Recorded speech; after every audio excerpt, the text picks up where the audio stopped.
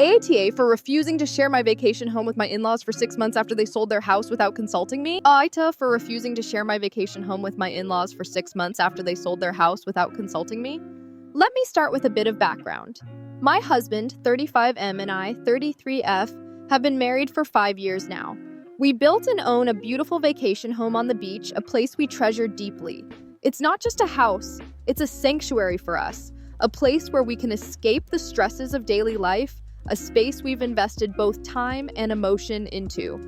Over the years, we've spent countless weekends there, hosting friends and family, and even using it as a source of income during peak season by renting it out. My in-laws, who are in their 60s, have always been welcome guests. They would visit for a few weeks at a time, and they'd usually contribute something towards the upkeep of the house, though honestly, it was never much. In fact, my parents have always been more hands-on, helping out with repairs and maintenance in ways that really made a difference. Still, we never considered it a big deal. They're family, and it's always been nice to have them there, even if their contributions were minimal. That is, until last month. Out of nowhere, my in-laws informed me and my husband that they were selling their home to downsize and move into a tiny condo. What shocked me even more was that they hadn't mentioned this idea to us even once before. They've been secretly planning this for months without so much as a hint of a conversation about it. And then they dropped the bomb. After selling their house, they intended to move into our vacation home for 6 months while they figure things out. I was absolutely floored. To say I was caught off guard would be an understatement. This house is a place for us, for our small family, for our friends and visitors, for the things we enjoy together. It is not, and never has been, a retirement home extension for anyone. We frequently use it, and we've already booked it up with plans for the year ahead. We rely on the income it generates when we rent it out, and we've carefully managed the property to fit our needs. The idea of my in-laws moving in for 6 months not only felt like a huge disruption to our lives, but it also struck me as an incredible imposition. What bothered me the most was how little they had contributed to the house over the years. They haven't done any of the upkeep, the maintenance, or the hard work that goes into keeping a property like this in good condition. They visited, yes, but mostly as guests, and while I appreciate their presence, I felt their sudden demand for a long-term stay was beyond unreasonable. Meanwhile, my husband's parents had only made minimal financial contributions compared to my own family.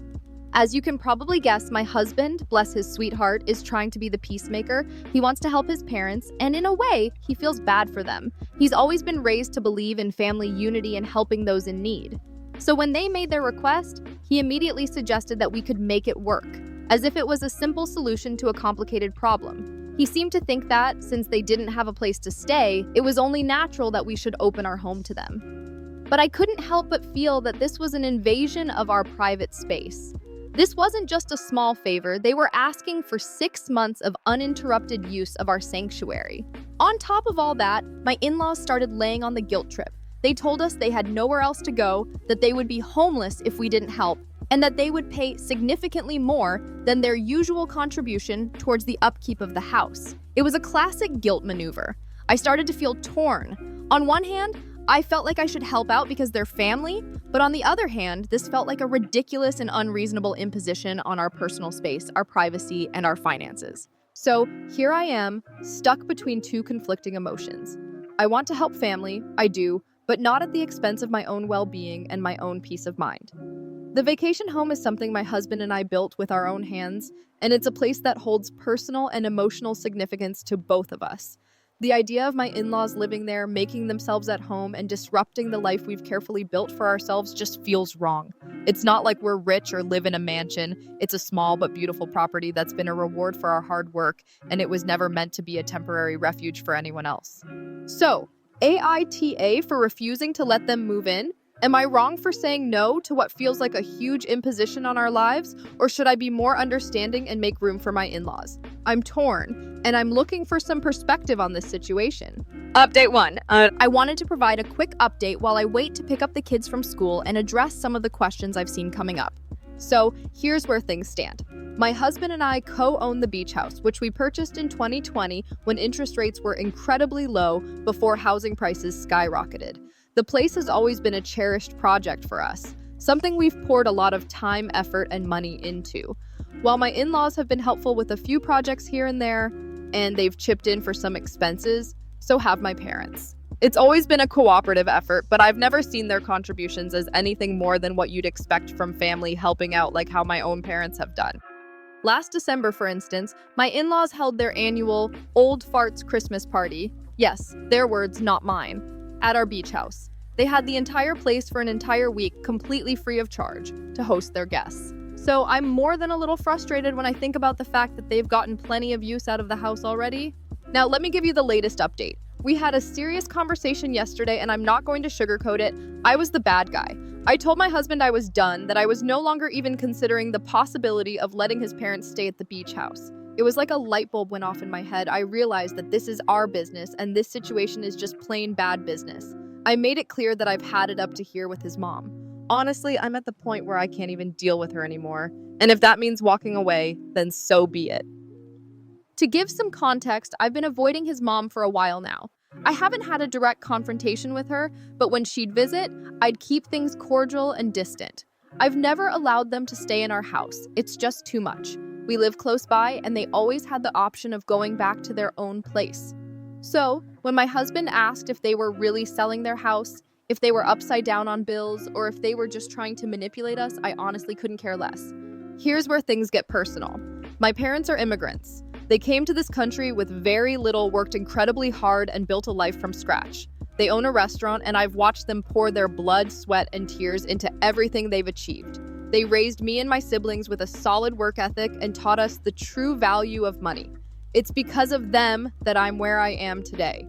When we bought the vacation home, we did it on a budget. But let me tell you, 90% of the renovations were done by me in my spare time. Renovations are my passion. Nursing pays the bills, which I love. But renovations, that's what fills my creative soul. So when I tell my husband that I will not let his parents take over the house, I mean it. There's no way they're getting their hands on it. If he feels the need to help them financially, he can do that by picking up extra shifts as a nurse and doing it on his own time, with his own money. It comes down to this. Their financial problems are not my emergency.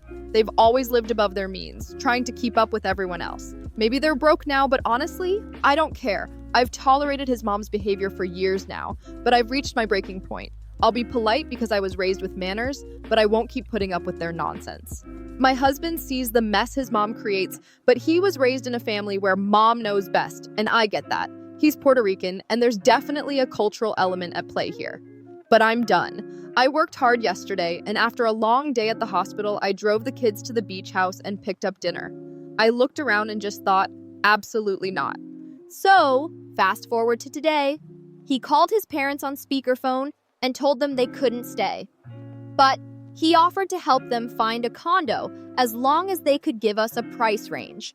His mom cried, and I flipped the phone off. As it stands, this is not happening. I also told him that if this is a real issue, he can transfer the beach house to his name and I'll cover the costs and manage it myself. I'm done playing nice. I've worked too hard for this, and if he wants to let them walk all over us, it won't be with my consent, because mama doesn't play. Update 2. After the tense phone call with my mother-in-law, I knew things weren't going to just blow over. As much as I hoped this could end quickly, I felt deep down that it was only the beginning. Sure enough, the very next morning I received a message from her. She didn't just apologize, she outright threatened me.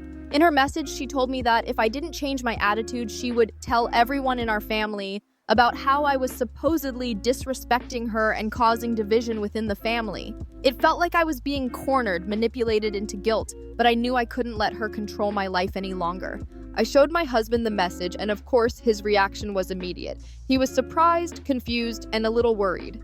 I know my mom can be difficult, but surely you can work things out with her, right? His voice had a tinge of concern, almost like he was asking me to fix things for the sake of peace. I looked at him, my heart heavy with conflict. I could see how much he loved his mother and how badly he wanted to keep the peace. But this was our life, our home, and I had every right to protect it. I can't live in constant fear that your mom will just walk into our lives whenever she feels like it. This is our family, and I'm not going to keep putting up with her manipulation, I told him, my voice steady but firm. The words hung in the air, and for a moment, I saw the shock on his face. I knew he didn't want to choose sides, but I wasn't asking him to. I was asking him to understand my side. The following days were nothing short of tense. My mother-in-law began reaching out to my family, texting and calling my mom to try to convince them that I was being unfair to her. She made no secret of her attempts to turn my family against me, and with each message, I felt more and more like I was under siege. My husband, torn between his mother and me, started wavering. He didn't want to lose me, but he also didn't want to completely sever ties with his mom. The stress was becoming unbearable. Finally, after days of tension, he suggested we have a family meeting, a chance for all of us to sit down and work things out once and for all. I agreed, but to be honest, I wasn't sure what I was walking into. When we arrived at his parents' house, the atmosphere was thick with tension. My mother-in-law sat there, her face flushed with anger, while my father-in-law looked at me like I was some kind of adversary. I could almost hear the weight of the confrontation in the air. "So, you really think you have the right to make all the decisions without consulting the family?" My mother-in-law snapped, her voice dripping with fury. I opened my mouth to respond, but my father-in-law cut me off. "She has a point," he said, surprising everyone in the room, including me. He stood up, his voice calm but resolute. "I think we need to look at this from a different angle. We all have our own needs, and living together would cause inevitable conflicts. I think it's time we start respecting each other's space." It felt like a bomb went off in that room. My mother-in-law's face turned beet red, and she shot a glare at my father-in-law. "You're betraying me too? After all we've done for them, this is how they repay us?" But my father-in-law didn't back down. "We've lived long enough to know that sometimes love isn't about sacrificing everything to please others. Our children have the right to protect their lives and their space. I think it's time we learn to respect them too." I could see my husband's shock. He wasn't prepared for his dad to side with me. His gaze shifted to me, filled with a mix of disbelief and, I think, a touch of disappointment.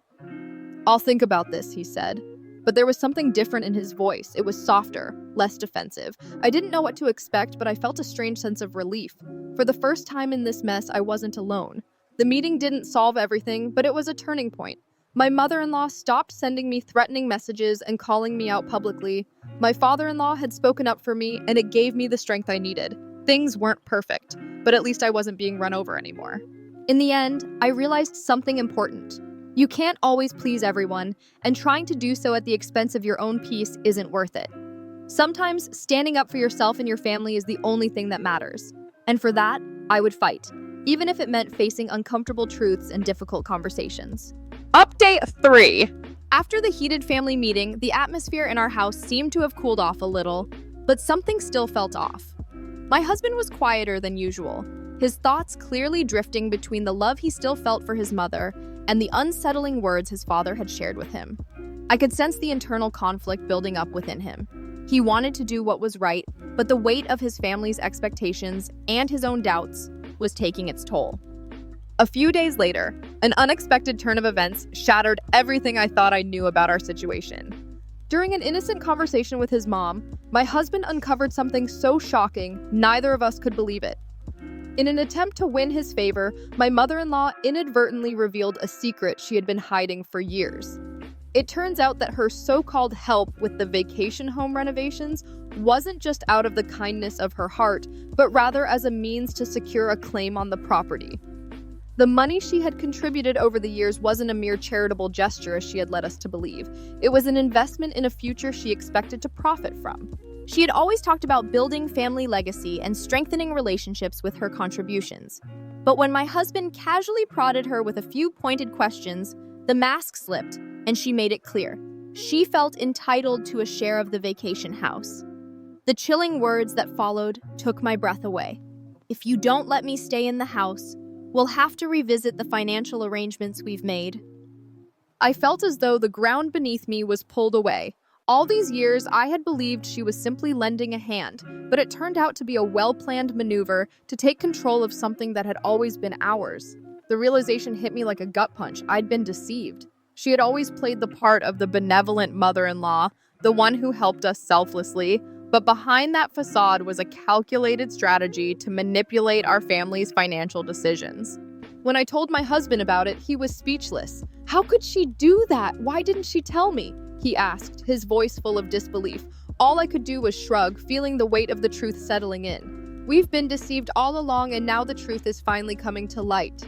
It didn't take long for him to realize that everything had been more complicated than he had ever understood. His mother had manipulated him for years, and now, seeing the truth, he felt both ashamed and hurt. The tone of our conversation shifted dramatically.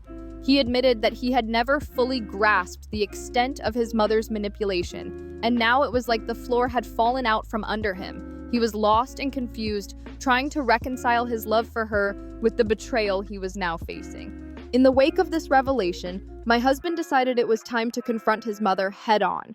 He called her and demanded a private meeting without me present. She was clearly caught off guard by the request, but agreed, albeit reluctantly. That evening, they met, and the confrontation was inevitable. What followed was a fiery exchange. My mother-in-law didn't shy away from admitting that she had expected to gain a stake in the vacation house, given all her help over the years. But what was even more surprising was her claim that she felt betrayed because she wasn't being treated as part of the decision-making process in our family. She insisted that she had the right to be involved because she had helped build our family. When my husband told me what had happened, I couldn't believe my ears. It felt like a nightmare that was finally coming to a head. But in that moment, something shifted in him. He made a bold decision that would change everything. He would no longer allow his mother to control their lives.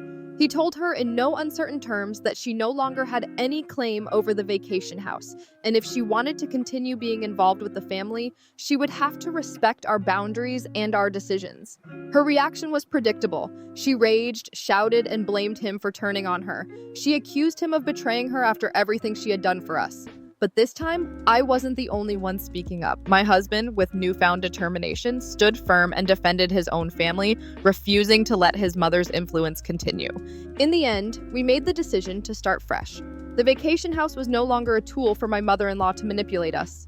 We severed all financial ties with her and began a new chapter in our lives, free from her interference. The truth had come to light, and now everything was clearer than ever. Update force and After the tense confrontation with my mother-in-law, the atmosphere in our home had temporarily calmed down, but one thing was certain: things would never be the same again. My husband, after facing the painful truth and the realization of how deeply his mother had manipulated him, made the firm decision to protect our family. The weight of years of love and loyalty to his mother couldn't keep him under her control any longer. He had reached his breaking point.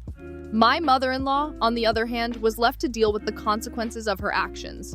She couldn't accept the sudden severing of ties, and in her desperation to regain some control, she tried reaching out multiple times, hoping for forgiveness.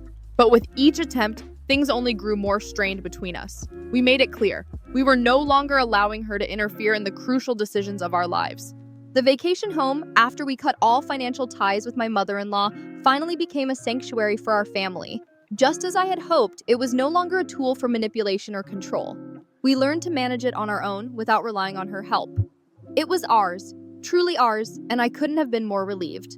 The house, which had once felt like a constant source of tension, was now just a peaceful space for us to relax and build our future.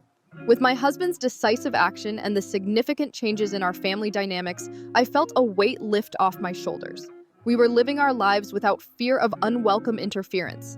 The relationship between us and my in-laws had calmed down, but it was no longer as close as it had been. We still maintained a respectful distance, but the boundaries were clear. Neither my mother-in-law nor anyone else in the family would have the same influence over our lives. As time passed, my husband gradually learned how to stand his ground. No longer would he allow family pressure to make him second-guess our decisions. Although this meant facing strong opposition from his mother, he knew that what mattered most was the peace and happiness of our small family.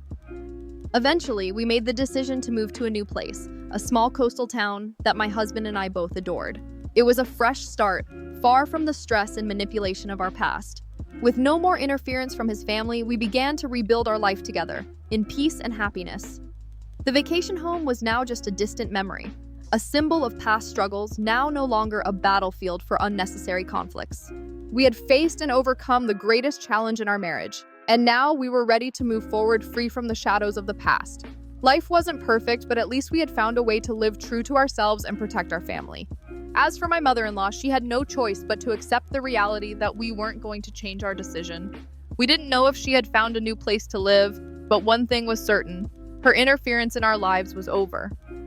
In the end, I realized that sometimes, in order to protect the happiness and peace of your family, you have to make tough decisions. But once you truly understand the value of freedom and personal happiness, you'll see that it was the right choice no matter how difficult it may seem.